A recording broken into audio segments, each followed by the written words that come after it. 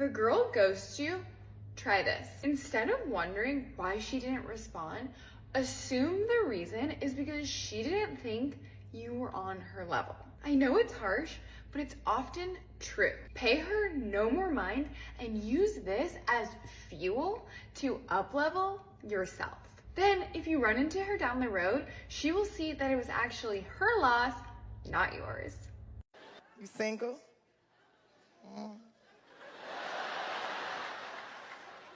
Do you like girls? I have to check. We have to ask these things. How many baby mamas you got? 0 baby mamas? Okay, that's good.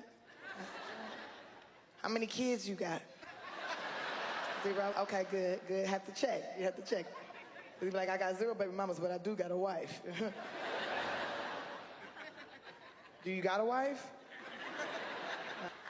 Do you got a job?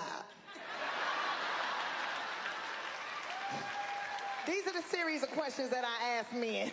I'm giving up on dating in 2025, and here's why. Now, I know what you're gonna say, Belle, you started the year out so optimistic. And I did, I really did. Just wanna preface all of this by saying I'm not giving up on love. I love love. I'm a certified lover girl. But I am giving up on dating, specifically dating apps. Before I get into the reasons, let's have a little recap of my dating year. I had 5 first dates this year and 1 ongoing situationship that won't be continuing into next year.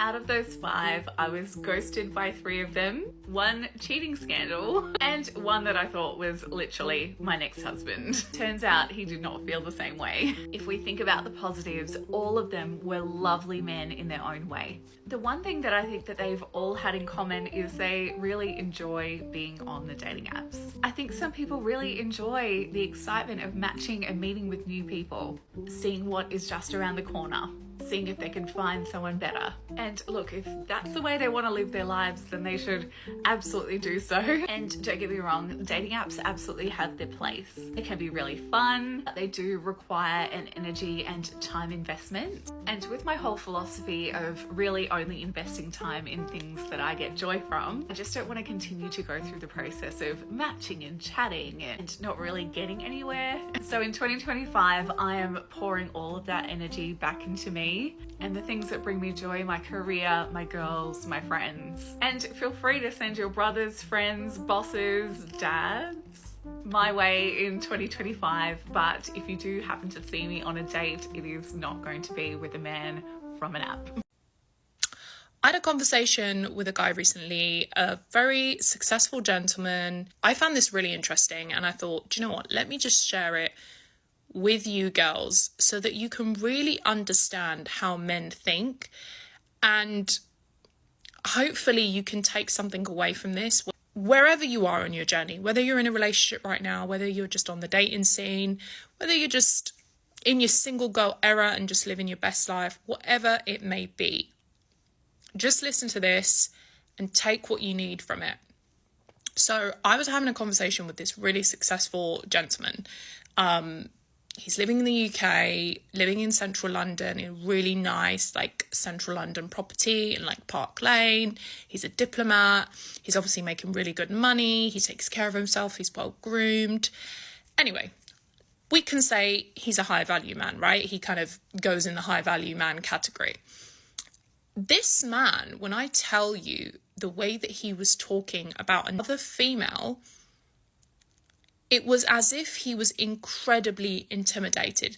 And I actually had to kind of interject in the conversation and go, oh, but it sounds like the girl was, like, perfect in every way. I was like, are you saying that the only reason why you cut her off and ghosted her was because she's successful and thriving in her life and doing really well for herself? And the guy, listen to this, ladies, the guy honestly could not even lie. He couldn't even try and lie. He didn't even bother trying to lie. He admitted it. He was like, yeah. So listen to this. He said that he met this woman who was very beautiful. She was tall, model looking. She was doing really well for herself, apparently. She was living in a really nice, like, bougie apartment in central London. She's making like well over 7 figures. She takes herself on really nice, expensive luxury trips to the Maldives, to Dubai, you name it, right? This woman lives a very luxurious life, okay? She's clearly used to a high level of living, okay? Now, this guy, he's also doing incredibly well, by the way. He's doing very well as well.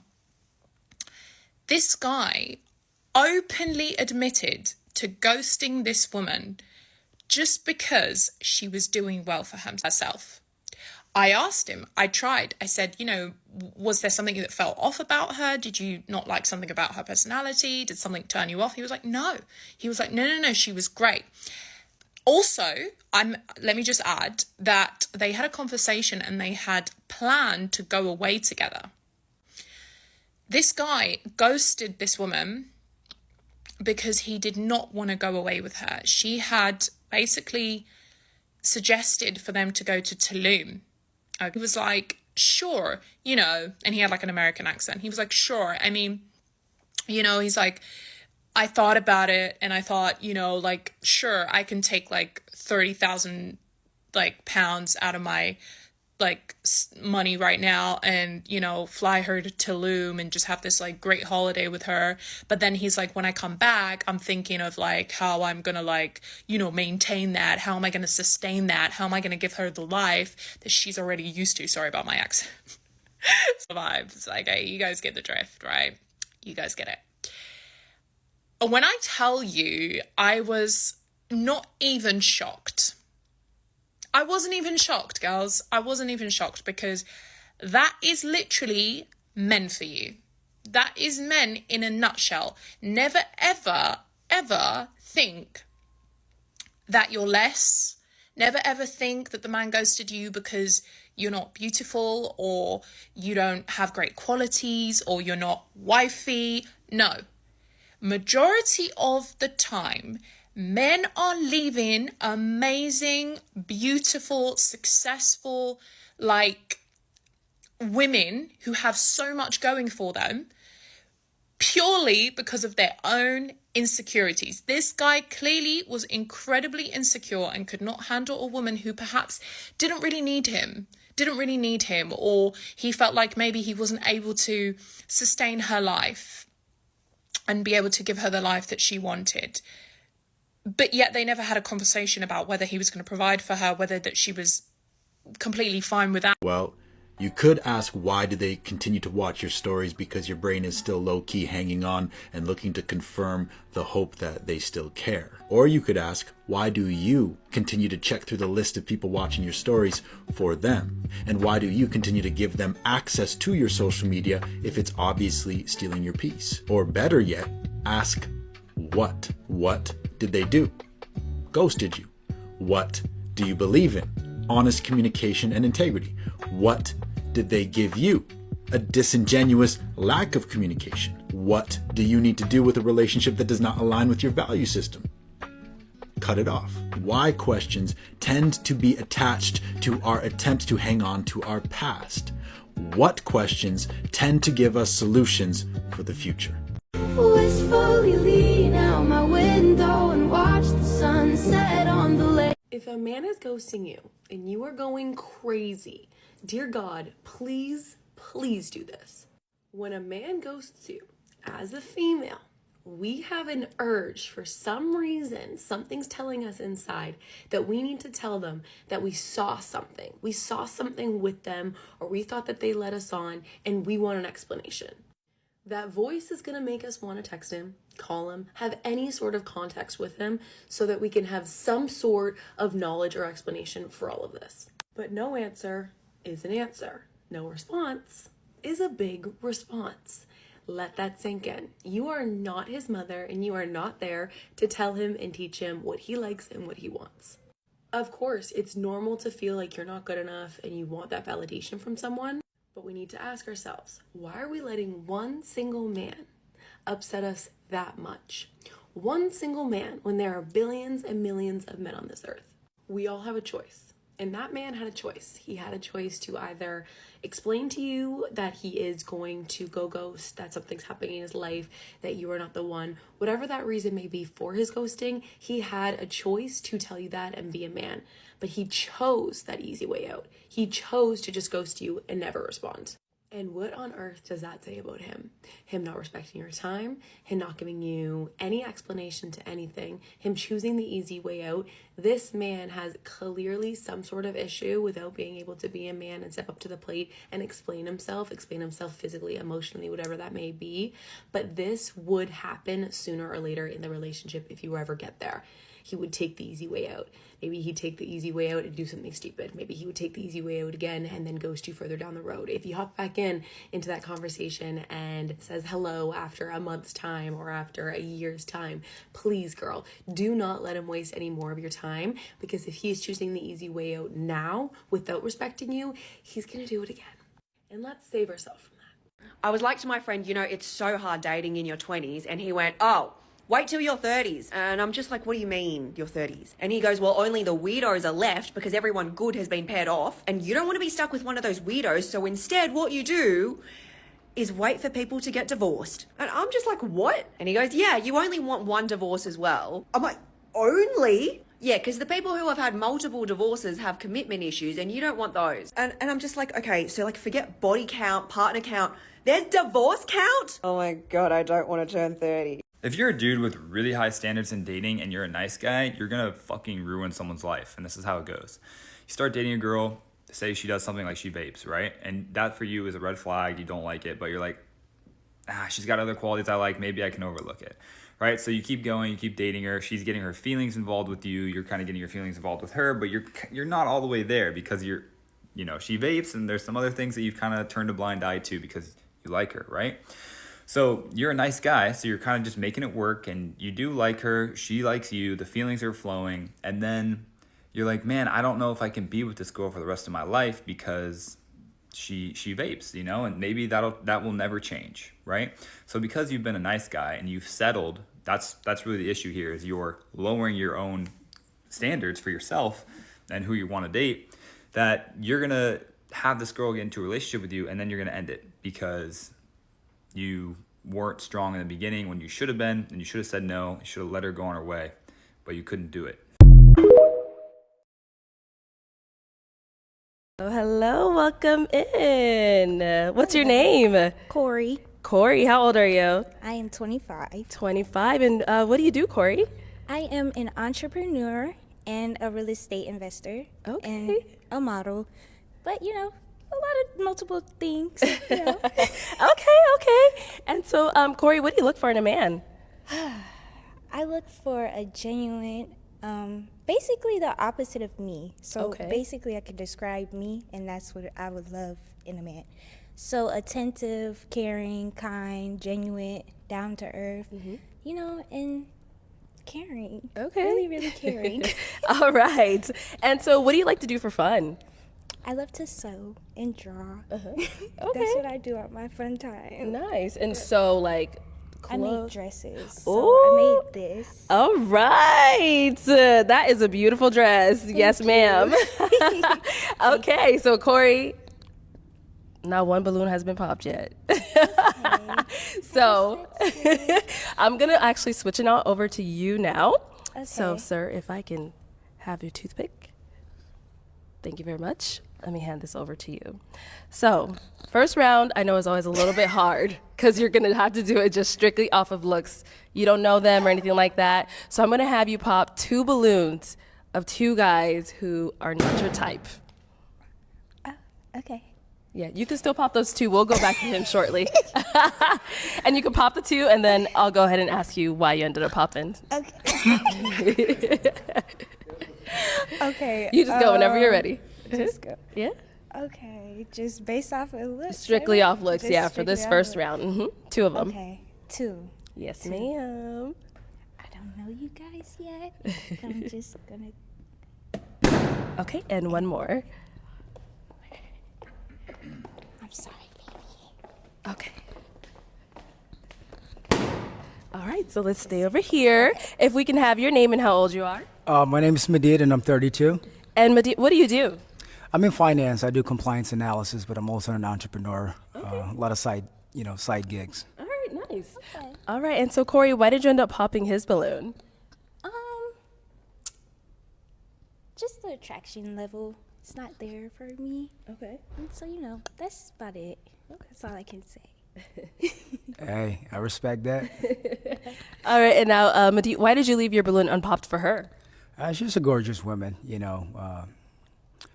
I like her style and the fact that she said she made the dress herself, well put together. And, obviously she's in real estate, looks like a woman that, has something going on for herself and, probably knows what she wants. But hey, she made the choice. Thank you. Thank you. Thank you. Let's go back over to our first guy that you ended up popping. Hey. We'll come back for you, don't worry. All right, so why did we end up popping his balloon? Just the attraction level again. That's okay. it. Nothing personal, I don't know. But maybe if we had a conversation, it could have been different. But just off of the attraction level so far for me. That's about it. Cool. Yeah. And now, why did you have your balloon? Oh, I'm sorry. Could we have your name and how old you are? David, 34. Okay. And David, what do you do? I cut grass. Okay, like a landscaper? Yes, I'm a landscaping company. Oh, nice. Okay, cool. And now, why did you leave your balloon unpopped for Corey? Honestly, don't know why. I just left it open. Okay. Okay, so is she your type? Is she someone? Okay, and why not? Well, I just. I'm sorry. I laugh a lot. It's okay. No, she's just not my type. It's not that she's ugly. She's not my type. Okay. All right, that's cool. I'm sorry. You're fine. Let's go on over to our guy who ended up popping his balloon. All right, sir, if we can have your name and how old you are. My name is Joseph Smith. I'm 37. And Joseph, what do you do? I'm an Uber and Lyft driver full time. Okay, all right. And why did you end up popping your balloon? I don't know. It's the knee, the right knee. It got something going on. I don't know what it is. I got eczema. And I use coconut oil. Yeah, zoom in on that. Please. And I just don't know why it's like that. So I seen it and I was like, she not gonna take my coconut oil regimen seriously. Okay. Everything else looked moisturized, but I seen that and that was kind of a red flag. Okay. That's it. That's the only thing. Just the knee. Just the knee. Right one. Dang. You just did me. No, everything else is good. You're beautiful, but that right there, to me, I gotta be moisturized. I feel you. Yeah. I actually failed. You fell? I failed. And I was thinking of something like that. I fell in this healing process. Okay, all right. If you want a girl's number, don't say this. Can I have your number? Or even worse, can I get your Insta or Snapchat? These lines don't project confidence or maturity. Say these exact words. I'd like to take you out on a date. Let's exchange numbers. Every single time we've talked about borderline and how hard it is for me, I have always stated that for a partner of somebody with borderline, it is fucking difficult. Yeah. And there is not an easy scenario at all when you're dating somebody who has borderline. And if you marry them, it's even harder. Most borderline people don't have relationships that last more than 2 years. Yeah. Statistically proven. Like, they don't have long-term relationships. So somebody who has borderline that's done the work that I've done, it's a lot easier to have a long-term relationship because most of the time I'm very aware of what's happening. My problem is when I'm going through a borderline episode, I emotionally react instead of respond. And once I've reacted and the words have left, I can't take them back. And I know that, which is why I've gotten so good about taking a step, going, I apologize. I didn't mean to talk to you like that. I love you. Right. Because, I'm reiterating this, because in that moment, I'm taking a breath. I'm trying to engage my logical thinking. I'm affirming that I love you to you, but in doing so, I'm also doing it to me because I could be splitting right now. Right. Or I could be having another issue and mentally be like, fuck, But in doing that, I am affirming to myself also that I love you and that I don't want to do this. And I don't know how else to explain that to anyone, but it really does center me and remind me that even though I'm feeling this way right now, I know that tomorrow I'm not going to be going through this, or a week from now, or a month. And if I don't check this now, I'm not going to have you in a month. Right. That's a very hard thing to explain to somebody and get it to like really get my point across. And that's the only way I got. And it doesn't feel like my point is coming across the way that it feels it needs to, but I can't think of another way to articulate it. I get that. I know this sucks.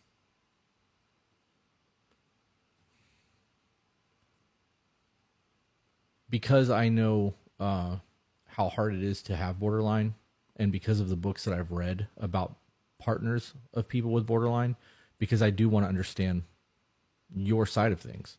If I only understand my side of things and I'm flying off the handle and reacting and being an emotional mess and choosing to be a piece of shit because I have not done the work, or being ignorant, I guess just call it ignorant instead of calling it a piece of shit. It's probably a little bit more accurate, because most people don't want to do the work and learn. I do. I don't want to be ignorant to things.